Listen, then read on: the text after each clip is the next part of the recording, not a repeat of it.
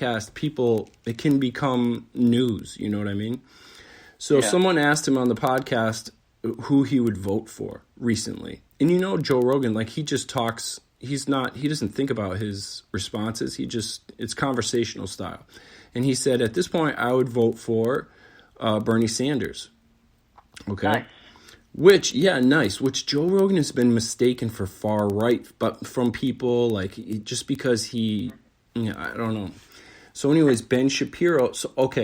So Bernie Sanders heard that and put it front and center on his Twitter page, tweeted out that what Joe Rogan had stated publicly, that he would vote for Bernie Sanders, which I don't think is, like, I don't find that I don't find it gross at all. Like, seeing as our fucking president tweets all the time. But Ben Shapiro did a podcast about it, did like a segment about how disgusting he thinks that is, that Bernie Sanders used that, which is like, what? Bernie Sanders has been on the show. It's a direct quote. So has Ben Shapiro. Like, Joe's friends with both. Yeah, what do you think? So my thing about that is this, right? Joe Rogan cast that vote because realistically right now Bernie is winning higher right now than Yang would be. But if Yang were to beat Bernie and come up, then that would be his preferred vote. I agree that we have to vote Bernie right now, no doubt. But if for some reason Yang makes it and gets up there, that would be great.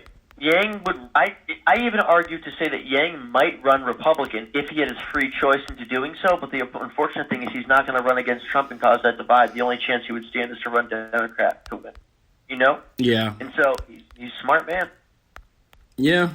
I mean, I just think it was weird how Ben Shapiro is extremely conservative, and I just thought it was very strange that he, like, anything that goes on in the left wing, like, why is it a big deal that Bernie Sanders would post on his Twitter that Joe Rogan is going to vote for him? Like, what is unnatural about that? First of all, if you're not on Twitter and you're political, like, it sucks. Maybe you hate Twitter. I hate it. I hate that politics is like a big topic on Twitter. But here's the thing, man. If you're not on Twitter and you're a politician, you're behind. Like, you have to at this point. At this day and age, you need to use all the social media outlets at your disposal. And Twitter is a huge social media outlet. So if you're a politician running, you got to learn how to use it. And Bernie Sanders just tweeted that Joe Rogan would vote for him, which I think is totally normal and natural and a normal thing to do.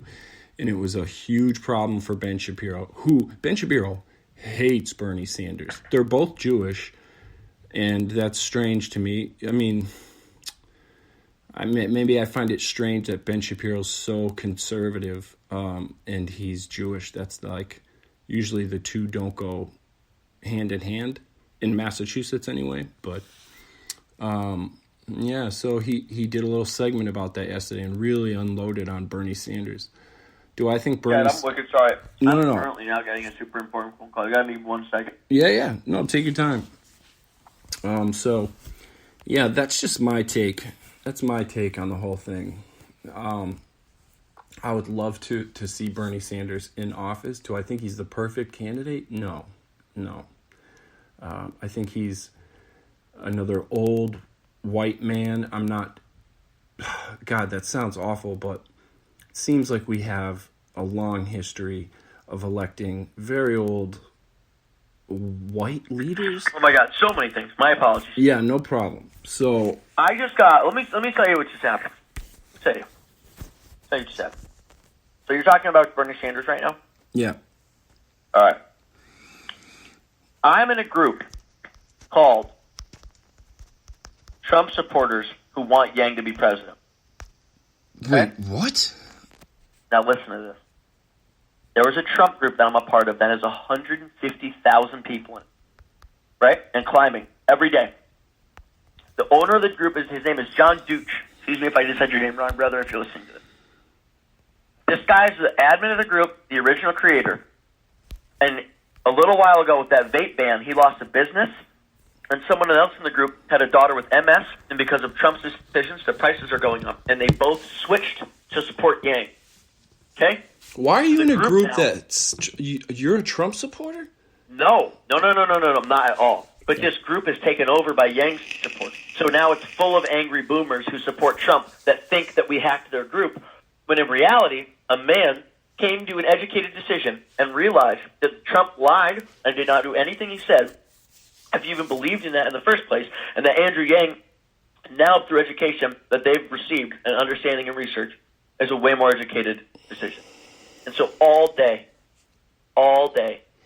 people just argue and fight. And this guy keeps seeing my posts, and he messaged me, and he's like, dude, I love you. Who are you? And I'm like, this guy. And he goes, before you keep angry messaging these boomers, add me back as a friend. Come to find out, this is the guy who created the group. So now I'm just tight with this guy, and all day he just called me.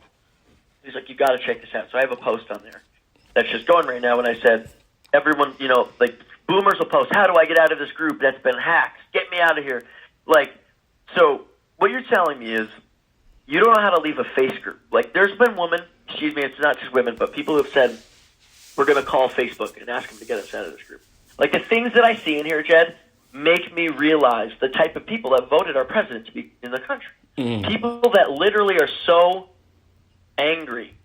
And they're racist. Like, the other day, they were like, fuck this Asian, excuse my language, they called him Andrew Yang a chink. He's not going to run our country. And it's like, what are you fucking doing in your argument? And the person arguing with them was like, please, do you know about the healthcare policy or whatever? And these people just respond with this racist shit. And don't get me wrong, we troll too. But the reason we do is because there's no way to move these people. And it's just baffling to me how they even found out how to check the box.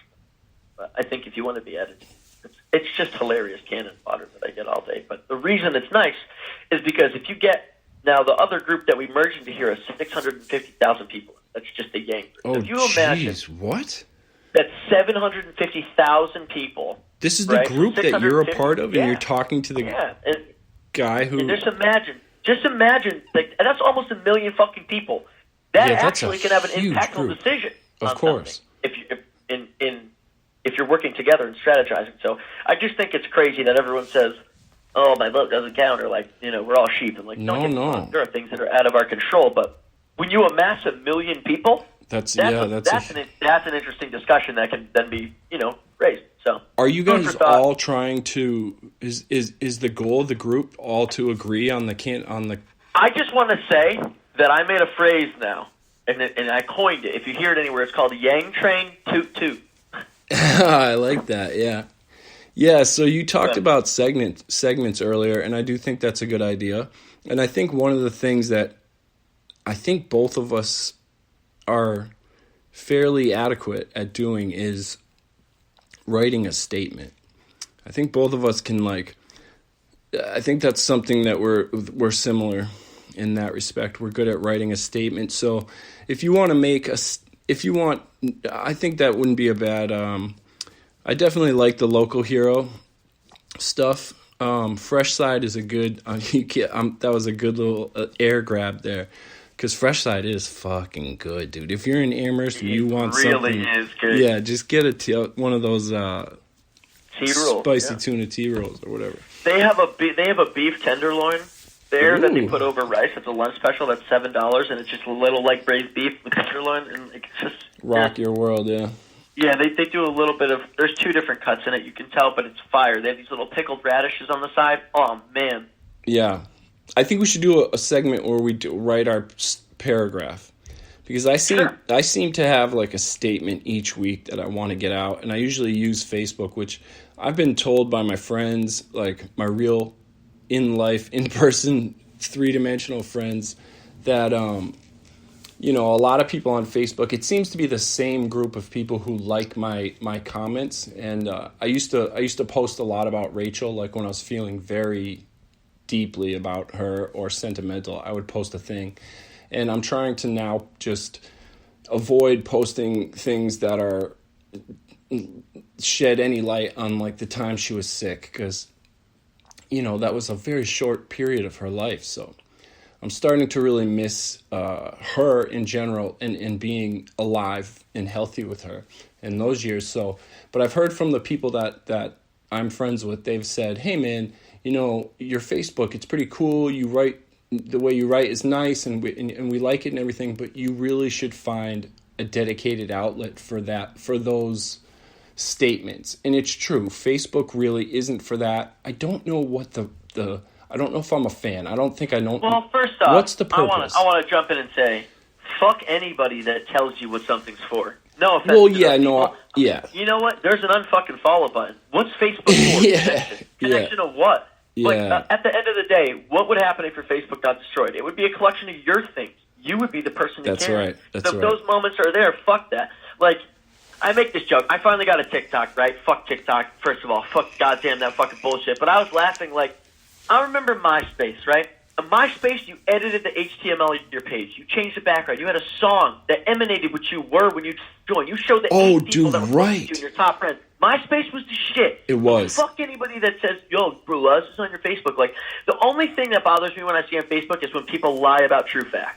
And even then, if your Facebook's the troll, who am I to say you're wrong for using your content as you? It's just if someone is innately spreading something they think is true that's wrong, Yeah. I'm a person that's like, you're lying, and you don't even know it. Yeah, You know? But besides I know, that, dude. I really don't have an argument to say anything. Like my friend Nate Denver, dude, all he posts are butts. And I don't mean regular butts. I mean like, there's like a lanyard in between this girl being naked and not. And all day it's just butts. I'll get a notification, Nate posted a butt. And it's like, sometimes you'll be doing something, your brain will be like, fuck, this butt really just fucked my day You up. gotta What am I get it doing out right there, now? yeah. So I had to stop following Nate because it's like, sometimes, I can't just have a really nice butt get in my way. You know what I mean? Yeah, So- yeah. Yeah, I wonder what But no Facebook is disrespect to Nate's for. content, like butts are great. I'm not going to sit here and tell you that he's not allowed to like butts.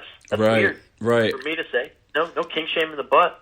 Just like, so Yeah. each their own is all I say. Fuck that noise. I think to each their own too. I just don't know. I don't think there is.